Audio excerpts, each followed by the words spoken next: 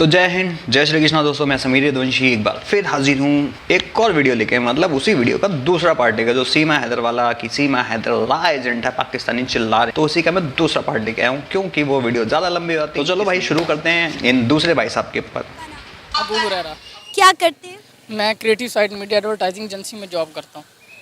अच्छा, आपको सीमा हैदर की सारी स्टोरी पता होगी, जिस तरह सीमा हैदर पबजी के ज़रिए इंडियन लड़के की मोहब्बत में मुब्तला हुई और 4 बच्चों को लेकर इंडिया चली गई और वहाँ जाके अपना मज़हब तब्दील कर लिया, हिंदू धर्म में आ गई और अब जो है वो मामला इस सूरत हाल पर पहुँच गए हैं कि इंडियन कह रहे हैं ये पाकिस्तान की एजेंट है, पाकिस्तानी कह रहे हैं ये इंडियन एजेंट है।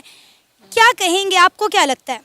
नहीं, वो इंडिया की जो है ना, वो ना तो पाकिस्तान की एजेंट है ना वो इंडिया की एजेंट है। ठीक है, वो अपने लव में गई है, वो कोई बात नहीं। जो हमारा नाम, मुल्क का नाम बदनाम कर रहे हैं ना, वो गलत कर रहे हैं। वो उनको ऐसा नहीं करना चाहिए। वो चली गई है, ठीक है, वो उसका करैक्टर है, वो जाने, उसका काम जाने, ठीक है।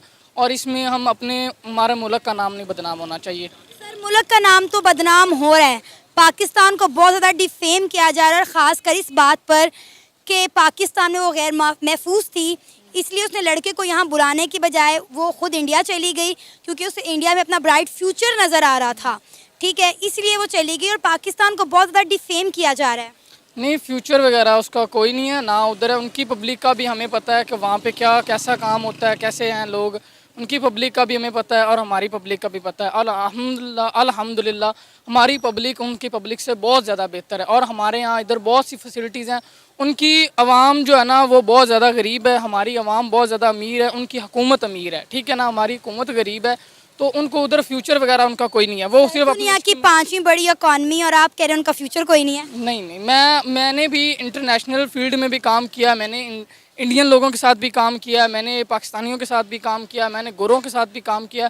तो मुझे पता है कि जो लोग वो किस तरह के, इंडियन की नेचर कैसी है, गोरे की नेचर कैसी है और जो है ना मुस्लिम की नेचर कैसी है। तो मैं उनको बहुत अच्छी तरीके इंडिया लोगों के पब्लिक को जानता हूँ, मेरे बहुत अच्छे उनके साथ रिलेशन भी हैं। मैं इंटरनेशनल लेवल पे काम करता हूँ, तो वो ये नहीं कि वो गलत हैं, उनमें गलत कोई भी नहीं होता। कुछ इंसान होते हैं जो गलत होते हैं, तो उनके साथ वो चली गई है, ठीक है। बाकी उनको हमारे मुल्क पे या हमारे जो है ना पब्लिक पे ना वो इल्ज़ाम नहीं लगाना चाहिए कि वो ये एजेंट है या वो इस तरह जासूसी के तौर पर गई है। नहीं, वो इस तरह नहीं। हाँ, तो भाई साहब का कहना है कि इंडिया की पब्लिक बहुत गरीब है, यहाँ की पॉलिटिशियन बहुत अमीर है। हाँ, पॉलिटिशियन अमीर हैं, बिल्कुल है भाई। मुकेश अंबानी सुना है, नाम सुना है तूने? अगर तो भाई तूने काम किया हुआ सबके साथ, सुना है कान लगा के। मुकेश अंबानी, टाटा, श्री रतन टाटा सर, आनंद महिंद्रा, विप्रो के मालिक, क्या नाम है उनका, नाम भूल गया, अजीम प्रेम जी। ये मैंने जो नामी गिरामी हैं, ऐसे तो बहुत सारे हैं यहाँ पे। 100+ यूनिकॉर्न कंपनीज है जिनका टर्नओवर 200 करोड़ का ऐसे समथिंग है। 200, 100, 1800 समथिंग करोड़, 1000 में है टर्नओवर है उनका। इंडिया की कंपनीज हैं ये, और छोटे छोटे स्टार्टअप्स तो इतने हैं तो पूरी ज़िंदगी में गिन भी नहीं पाएगा। दूसरी बात, तो जाओ बेटा फैक्ट चेक करो। और तू किसी मीडिया क्रिटिसाइज मीडिया कंपनी में काम करता है, तूने गोरों के साथ भी काम किया है, तूने सबके साथ काम किया है, तो पाकिस्तान में क्या मराने पहुंचा हुआ फिर वापस, या लात मार के भगा दिया तेरी इसी एटीट्यूड की वजह से? तो वो कहता ना, वो बंदा पिछली वीडियो में जो था, क्या नाम है उसका, कि मुसलमानों को बदनाम किया जा रहा है, पाकिस्तानियों को बदनाम किया जा रहा है। करने की जरूरत है हमें करने की जरूरत है। वो तो तुम खुद कर रहे हो अपने आप को। जहां जाते हो वहां फट जाते हो, जाके कहीं भी उसका रेप कर देते हो, कहीं जाकर तुम टेररिज्म फैलाते हो, कहीं बस में जाओगे बैग छोड़ दोगे फट जाता है वहां पे, ग्रूमिंग गैंग चलाते हो, रेप करते हो, मर्डर्स करते हो, और एक नहीं पूरी फैमिली करती है भाई साहब, ऊपर से नीचे तक, बेटा बाप दादा सब मिलके। जहाँ के स्कूलों में बच्चे नहीं होते, वो यहाँ के बच्चों को सिखाएंगे कि जहाँ के स्कूल फ्री में सिखाए जाते हैं, फ्री ड्रेस दी जाती है, अनाज दिया जाता है, इवन कि बच्चों को स्कूल भेजा जाए, उनको पैसे तक दिए जाते हैं ताकि बच्चे पढ़ाई की तरफ और माँ बाप भेजें, ना कि उनको काम की तरफ। बात समझ में आई? कोई भी आके बोल देता है योगी मोदी मठ में चले जाएंगे तो तुम्हारा क्या होगा। कोई भी ये आके भौंक देता है कुत्ते की तरह कि हम 15 करोड़ से 100 करोड़ डर गए हैं, 15 मिनट के लिए पुलिस हटा दो। कोई भी आके यहाँ ये भौंक जाता है। फर्क पता है क्या है? पाकिस्तान का होता ना, पिछवाड़े पे इतनी गोलियां मारी जाती ना, सोच भी नहीं सकता था। फर्क ये है, इसी देश के नागरिक हैं वो। और अगर ये बात है ना, कुलभूषण जाधव, याद आ गया मुझे, कुलभूषण जाधव को, भाई उसको तुमने किस बेसिस पे रखा हुआ है? मुझे कोई बता दे। हमारी गवर्नमेंट तो रिएक्ट किया था तुम्हारी गवर्नमेंट तो चूं भी नहीं कर रही, पिछवाड़े में क्या सुपारी घुसेड़ के बैठे हुए, सीधे फल पे बैठ गए साले, की आवाज नहीं आ रही। तो बेटा बकवास करनी बहुत ईजी चीजें होती हैं। तुम्हारे मिनिस्टर तक, तुम्हारी आर्मी तक, तुम्हारे ISI तक, सारे के सारे सिर्फ पैसों के भूखे नंगे हैंगे। और मेरे को साफ सुथरी दिख रही है कि ये वर्ल्ड कप के लिए कॉन्स्पिरेसी है, ताकि जैसे पाकिस्तान में कोई इंटरनेशनल टीम जाके खेलना नहीं चाहती, वैसे इंडिया में भी आके कोई इंटरनेशनल टीम नहीं खेले क्योंकि सेफ्टी की प्रॉब्लम आ जाए। और मैं ये बात अभी से कह रहा हूँ कि ये नवंबर के लिए सारी प्लानिंग चल रही थी और ये सब के सब उन्हीं के इशारों पे चलने वाले हैं, ताकि आपसे हमसे बात करके एक डिटेल्स ले सके कि जहाँ जहाँ कौन कौन से मैच होने वाले हैं, वहाँ पे क्या क्या है, वहाँ पे पड़ोसी कौन, उनसे प्यार मोहब्बत बरसा सकें। क्योंकि यहाँ पे इंडिया में भी हैं बैठ के, इंडिया में फटने के लिए तैयार रहते हैं, स्लीपर सेल्स बहुत हैं यहाँ पे भी, जब मर्जी फट जाएं। और ये मेरी इस बात से हर कोई एग्री करेगा, चाहे कोई वो इंडियन आर्मी वाला बंदा हो, चाहे कोई रॉ का हो, चाहे NIA का हो, चाहे पुलिस वाला बंदा हो, मेरी इस बात से हर कोई एग्री करेगा। ऐसा होता तो उन बंदों को नहीं यहाँ से डिपोर्ट किया जाता कि जो बंदे जो भी मिडिल ईस्ट से फिर नेपाल से फिर इंडिया में घुसे थे, उनको डिपोर्ट नहीं, उनको जेल में डाला गया था, उनसे भी इंट्रोगेशन की जाती। क्यों उनको भेज दिया गया भाई? क्यों उनको उनकी फैमिली के हवाले कर दिया गया उन लड़कियों को? क्यों? कुलभूषण यादव को तुम लोगों ने मार के उससे कबूल करवाया हर चीज, और तुमने उसको किडनैप किया था। यहाँ तो तुम्हारी ये पाकिस्तानी औरत वहां से खुद घुस के आई है, इलीगली आई है। तो मुझे एक चीज बता दो कि ये बंदी ट्रेंड नहीं लग रही, किस एंगल से ट्रेंड नहीं लग रही बंदी? इसकी बातचीत, रहन सहन, पहनावे से किसी एंगल से आप बता सकते हैं 5वीं पास है, इसको 4 लैंग्वेजेस आती हैं, इसने आते ही हिंदू धर्म अपना लिया, आते ही। और ये सचिन टीवी का मरीज जो खुद किराए पे रहता है, मुझे समझ में नहीं आया भाई, इस पे तो हर कोई बात बोलेगा, आप लोग भी एग्री करोगे इस चीज पे? तो चलो भाई आगे इन भाई साहब की देख लेते हैं कि क्या गवारपंती है। 5 मोबाइल और 3 ID कार्ड बरामद हुए और काफ़ी देर इंडिया की पुलिस की हिरासत में भी रही, और अभी भी जो है उसके खिलाफ इंक्वायरी की जा रही। डेफिनेटली उसे अगर पाकिस्तान भेजा भी गया तो इस तरह तो नहीं भेजा जाएगा ना। पाकिस्तान एजेंसी और पाकिस्तान की जो पब्लिक है ना, वो इतनी बेवकूफ़ नहीं है ना, वो इस तरह की वो ये छोटे जो है ना वो काम करते हैं। ठीक है, पाकिस्तान अल्हम्दुलिल्लाह एजेंसी बहुत अच्छी और बहुत टॉप एजेंसी है हमारी, हम इस चीज़ को मानते हैं। और हमारी एजेंसी इस तरह की वो घटिया काम नहीं करती होती। ठीक है, हमारी एजेंसी बहुत अच्छा काम करती है और वो बहुत प्रोफेशनल तरीके से काम करती होती है हमारी एजेंसी। तो इसी बिहाफ पे जो है ना ये वो उनके जो है ना इंडिया की जो है ना एजेंसी वो इस तरह का काम करवा सकती है, वो अपने मुल्क को ऊपर लाने के लिए इस तरह के स्टेप ले सकते हैं। हमारी एजेंसी ऐसा नहीं करती। तो फिर तेरी फूफी का लड़का था वो, जिसने साइंटिस्ट के पास जो पकड़ा था, DRD को साइंटिस्ट, तेरी फूफी का लड़का था वो? कौन था वो घटिया हरकत ना करने वाला? बता दे मुझे। अजमल कसाब कौन था? हाफिज सईद कौन है? बता दे। घटिया इंसान नहीं है तो कौन है भाई? बता दे मुझे जरा। तुम्हारी एजेंसियों के पाले हुए कुत्ते थे, कुत्ते हैं। और ये जो तेरे से पूछ रहे हैं, जो इंडिया हमेशा 24 घंटे करते रहते हैं, ये कौन है? ये उसी घटिया सोच की देन है, समझ गए? क्योंकि इंडियन एजेंसियां इतनी ज्यादा एक्टिव हो चुकी हैं अब कि तुम लोगों का जो 2014 से पहले रंडी रोना चलता था ना, वो यहाँ पे कम हो चुका है, बिल्कुल ही खत्म के बराबर। पिछवाड़ों में उंगलियां तो घुसी ना, पिछवाड़ों में मिर्चियां तो लगेंगी ना कुछ तो करना है। अब यहाँ से डबल फायदे इनके, पैसा भी मिलेगा, इन्फॉर्मेशन भी मिलेगी, बंदे भी पटेंगे और फिर कटेंगे। हम उनको ब्लैकमेल करेंगे, हनी ट्रैप करेंगे, कुछ भी करेंगे। सॉफ्ट टारगेट कौन है? सॉफ्ट टारगेट कौन है? Indian youth. एक कहावत है, आपने सुनी होगी शायद, कि अगर किसी का घर बर्बाद करना हो तो उसकी औलाद खराब कर दो, तो घर अपने आप बर्बाद हो जाएगा। इंडियन यूथ यहाँ की औलादें हैं और पूरा भारत ये घर है, तो उसको बर्बाद करने के लिए ये लोग, सिंपल सी बात है, ऐसी घटिया हरकतों पे आ गए। इंडियन बेटा खुले में आते, ठोक देते तुम लोगों को। क्यों भेजते हो पुंछ में, क्यों भेजते हो पुलवामा में, क्यों करवाते हो 26/11, क्यों करवाते हो 2004, क्यों दिल्ली ब्लास्ट, क्यों मुंबई ब्लास्ट, क्यों ट्रेन ब्लास्ट, कभी पुणे ब्लास्ट, कभी हैदराबाद, अक्षरधाम। ये तुम्हारी एजेंसियों की प्लानिंग थी। और यहाँ के कुछ नाकारा नपुंसक लोग थे जिनकी सपोर्ट थी, जिन लोगों की सपोर्ट से अजमल कसाब जैसा बंदा हाथ में कलावा बांध के आया था। आज उसी तर्ज पे यहाँ पे लव जिहाद के केसेस हो रहे हैं, सिर्फ एक गवर्नमेंट की वजह से कि उसने यहाँ पे तुम लोगों को पाला, तुम लोगों को शह दी, ताकि तुम लोगों के डर से सबके सब डर में रहें और उनके कंट्रोल में रहें।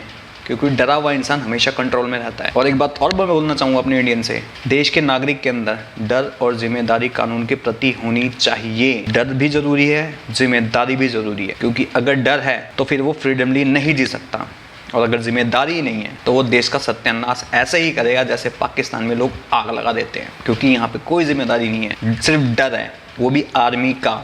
इनको बोलने में भी इनकी फटती है। यहाँ लोगों के अंदर डर नहीं है, कुछ लोगों में जिम्मेदारी है, लेकिन डर जिम्मेदारी दोनों चीज होनी चाहिए। अगर मैंने ये किया तो मुझे सजा मिलेगी, दैट्स इट, मेरा ये मानना है। जिस दिन डर और जिम्मेदारी लोगों में आ गई, उस दिन ना कोई साला कुत्ता भी यहाँ पे ना मूत के नहीं जा सकता, घुसना तो दूर की बात है, कोई कुत्ता भी नहीं आ सकता, घुस सकता इसके अंदर, क्योंकि यहाँ के लोगों के अंदर ना कानून के प्रति डर है, ना ही कोई जिम्मेदारी है। अभी कुछ दिन पहले एक बांग्लादेशी बंदा आया था, 2 दिन में उसका आधार कार्ड बन गया था भाई साहब, 2 दिन के अंदर अंदर आधार कार्ड से मेरे को आया सीमा हैदर। पाकिस्तान में क्या बोला जाता है, शिनाख्ती कार्ड, और ये क्या बोलती है यहाँ पे आधार कार्ड, यानी प्रॉपरली इसको ट्रेन करा गया, ग्रूम किया गया हुआ है। ये चीज़ें नोट करने वाली होती हैं, और हमारी एजेंसी इतनी बेवकूफ़ नहीं है कि वो नोट ना करें ये चीज़ें। ये छोटी छोटी चीज़ें ही पकड़ी जाती हैं, जैसे इन लोगों की छोटी छोटी चीज़ें मैं आपको बताता हूँ। सुन, चलो आगे देखते हैं भाई।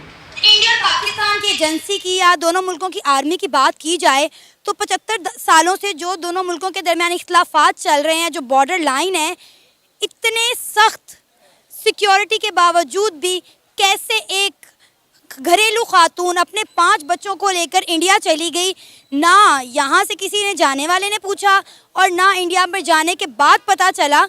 मतलब ये एक बहुत बड़ा सवालिया निशान है दोनों मुल्कों की एजेंसी पर और सिक्योरिटी पर। मैं जितनी को मुझे को स्टोरी का पता है, मैं जानता हूँ वो लड़की की मैंने स्टोरी सुनी है, वो अपने मुंह से कह रही थी कि मैं पहले दुबई गई हूँ, दुबई से नेपाल गई हूँ, नेपाल से इंडिया में एंटर हुई हूँ। तो दुबई से भी चलो वो मान लिया वो चली गई, ठीक है, लोग जाते हैं दुबई से, कोई बात नहीं, नेपाल तक वो पहुँच गई।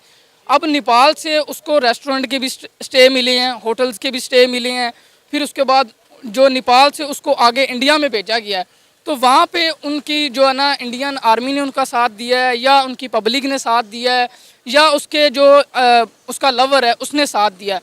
वो इस बिहाफ पे उसके डॉक्यूमेंट्स जाली बनवा के वो उसने एंट्री करवाई है, तो वो उधर से हुआ है। इंडिया से सारा कुछ हुआ है, ठीक है, पाकिस्तान से कुछ भी नहीं आ सकता। आपको लगता है आप या मैं इतनी आसानी के साथ इंडिया में इस तरह एंटर हो सकते हैं? कभी भी नहीं, कभी भी नहीं, कभी भी नहीं। अब लोगों को पता है, इंडिया के लोग भी ऐसे नहीं है एंटर पाकिस्तान में हो सकते, और पाकिस्तान के लोग भी ऐसे एंटर नहीं हो सकते, ठीक है। तो ये सब झूठ है। वो नेपाल से और इंडिया से, ये इन दोनों के अंदर उनकी जो भी उन्होंने गेम चलाई है वो इधर से चली है, चाहे वो जो है ना उनकी पब्लिक ने चलवाई है, चाहे वो पाकिस्तान का नाम बदनाम करने के लिए उनकी पब्लिक ने चलवाई है, या तो जो उनकी एजेंसी ने मिल के काम किया, जैसे भी है वो इंडिया पे डिपेंड है। भाई इसकी एक बात से मैं एग्री करता हूँ कि अगर वो बंदी इतनी भोली है तो उसको भाई इसके पास इतने पैसे कहाँ से आए। 5 टिकट यहाँ से मिडिल ईस्ट से नेपाल में उसको रेस्टोरेंट सब चीज़ें मिली। उस बंदी को ज़रा सा भी मतलब फियर नहीं आया, भय नहीं आया, खौफ नहीं आया किसी का कि साला मैं नेपाल में दूसरी कंट्री में हूँ, मैं अपनी कंट्री में भी नहीं हूँ, कि मैं सेफ़ रहूँ, मेरे पास बच्चे हैं 4, किसी ने कुछ कर दिया तो। और दूसरी बात, सचिन बंदे की इसकी ये कंडीशन आपको दिखती है कि जो बंदा रेंट पे रहता है इसके पास इतना पैसा है कि ये पहले फ़्लाइट की टिकट वहाँ से वहाँ करवाए, फिर वहाँ से वहाँ करवाए, फिर वहाँ से यहाँ तक लेके आए, और यू नो। दूसरी बात, इंडिया में इतनी आसानी से कैसे एंटर हो सकता है कोई? हो सकता है भाई, क्योंकि यहाँ के लोगों की नाकामियों की वजह से, यहाँ के लोगों के जो है ना गंदे रवैयों के लिए। नेपाल से बात कर रहे हैं भाई साहब तुम, बांग्लादेश म्यांमार से यहाँ आके बैठे हैं, यहाँ आके हुक्म जमा के बैठे हैं, लेकिन हम उनको निकाल नहीं सकते क्योंकि यहीं के लोग उनको सपोर्ट करते हैं। तो भाई कैसे वो नहीं आ सकती ये बता दो, जो कि बांग्लादेश और नेपाल का बॉर्डर सिक्योर है, प्रॉपर्ली सिक्योर्ड है, वहाँ पे आपको वीज़ा पासपोर्ट सब देना पड़ता है, लेकिन नेपाल के बॉर्डर पे ऐसा कुछ नहीं है। और जितने दिन बंदी वहाँ पे रही, सिक्योर रही पूरी, उसको कोई टच भी नहीं कर पाया, उसको खाना पीना सब खिलाया है, उसने बॉर्डर तक क्रॉस कर लिया, क्योंकि इंडिया की आइडेंटिटी लगती है कि भाई कब आए थे, कब जा रहे हो तुम। अगर इंडिया से वहाँ पे आए हो नेपाल के अंदर तो आपका आईडी कार्ड क्या है, आपका आधार कार्ड चेक किया जाता है शायद वहाँ पे, आपका और भी डॉक्यूमेंट्स चेक करे जाते हैं शायद। तो वो सचिन तो दिखा सकता था, सचिन के पास तो थे, उसके पास कहाँ से आए? अगर वो वहाँ से नहीं आई तो फिर कहाँ से आई भाई? क्योंकि हर जगह पे चेक पोस्ट तो होती है। तो एक आम बंदे के पास इतनी सहूलियात थी कि वो उसको बॉर्डर क्रॉस कर लिया है, हो सकता है। क्योंकि जब साला जहाँ पे आर्मी डिप्लॉयड है, बॉर्डर सिक्योरिटी फोर्सेज हैं जहाँ पे, वहाँ से लोग आ जाते हैं और 2 दिन के अंदर यहाँ पे आधार कार्ड बनवा लेते हैं, तो इट्स अ बिग डील। जो इंसान नेपाल तक पहुँच गया वहाँ से एंटर हो सकता है। मुझे लगता है इस मसले का हल क्या होगा? क्या इंडिया की सरकार उसे इंडिया की सिटीजनशिप दे देगी या उसे पाकिस्तान वापस भेज दिया जाएगा? वो उनकी हुकूमत पर डिपेंड करता है, वो कुछ भी कर सकते हैं, वो उनको सिटीज़न भी दे सकते हैं, वो उनको वापस भी भेज सकते हैं, वो उनकी हुकूमत पे डिपेंड करता है, उनकी एजेंसी पे डिपेंड करता है। वो शायद उनकी पब्लिक ना जाने दे, उनकी पब्लिक को वो अच्छा लग गई हो, उनको वो पसंद आ गई हो, वो ना जाने दे, बाकी ये इंडियन हुकूमत पे डिपेंड करता है। वो कह रही है कि मैं इंडिया की जेल में रहना पसंद करूंगी लेकिन पाकिस्तान वापस नहीं जाऊंगी, मेरी जान को खतरा है। वो सिर्फ डर गई है ना, अब उसने वो स्टेप ले लिया, वो डर गई है, वो इस बिहाफ पे नहीं आना चाह रही वापस के, वो डर गई कि मेरे बहन भाई या मेरी जो पाकिस्तानी अवाम है या जिस मैं रहाइश में रह रही हूँ, ज़ाहिर बात है फैमिली मैटर, फैमिली को बदनाम किया जिसकी वो उधर चली गई है, तो उसका हस्बैंड उसको बुला रहा है, वो वापस नहीं आ रही, वो इसी बिहाफ पे नहीं ना वापस आ रही, तो वो डर रही है अब, क्योंकि उसने स्टेप ले लिया था, अब वो गलती कर बैठी है। या तो है ना कि उसको पाकिस्तान की तरफ से प्रॉपर सिक्योरिटी मिल जाए कि आपको कुछ नहीं कहा जाएगा, आप अपने वतन अपने फैमिलीज़ के पास वापस आ जाओ, तो पाकिस्तानी हुकूमत ये सपोर्ट करती है तो वो फिर आ सकती है, फिर वो आ सकती है। तो जितनी देर वो खुद को अपने सेटिस्फाई नहीं रखेगी या अपने आप को कंफ्यूज रखेगी तो वो नहीं आ सकेगी, वो कभी भी नहीं आएगी ऐसी, क्योंकि उसको नज़र आ रहा है कि मैं वापस जाती हूँ तो मेरे साथ कुछ भी हो सकता है, मेरा कत्ल किया जा सकता है, मुझे मारा जा सकता है, मुझे टॉर्चर किया जा सकता है।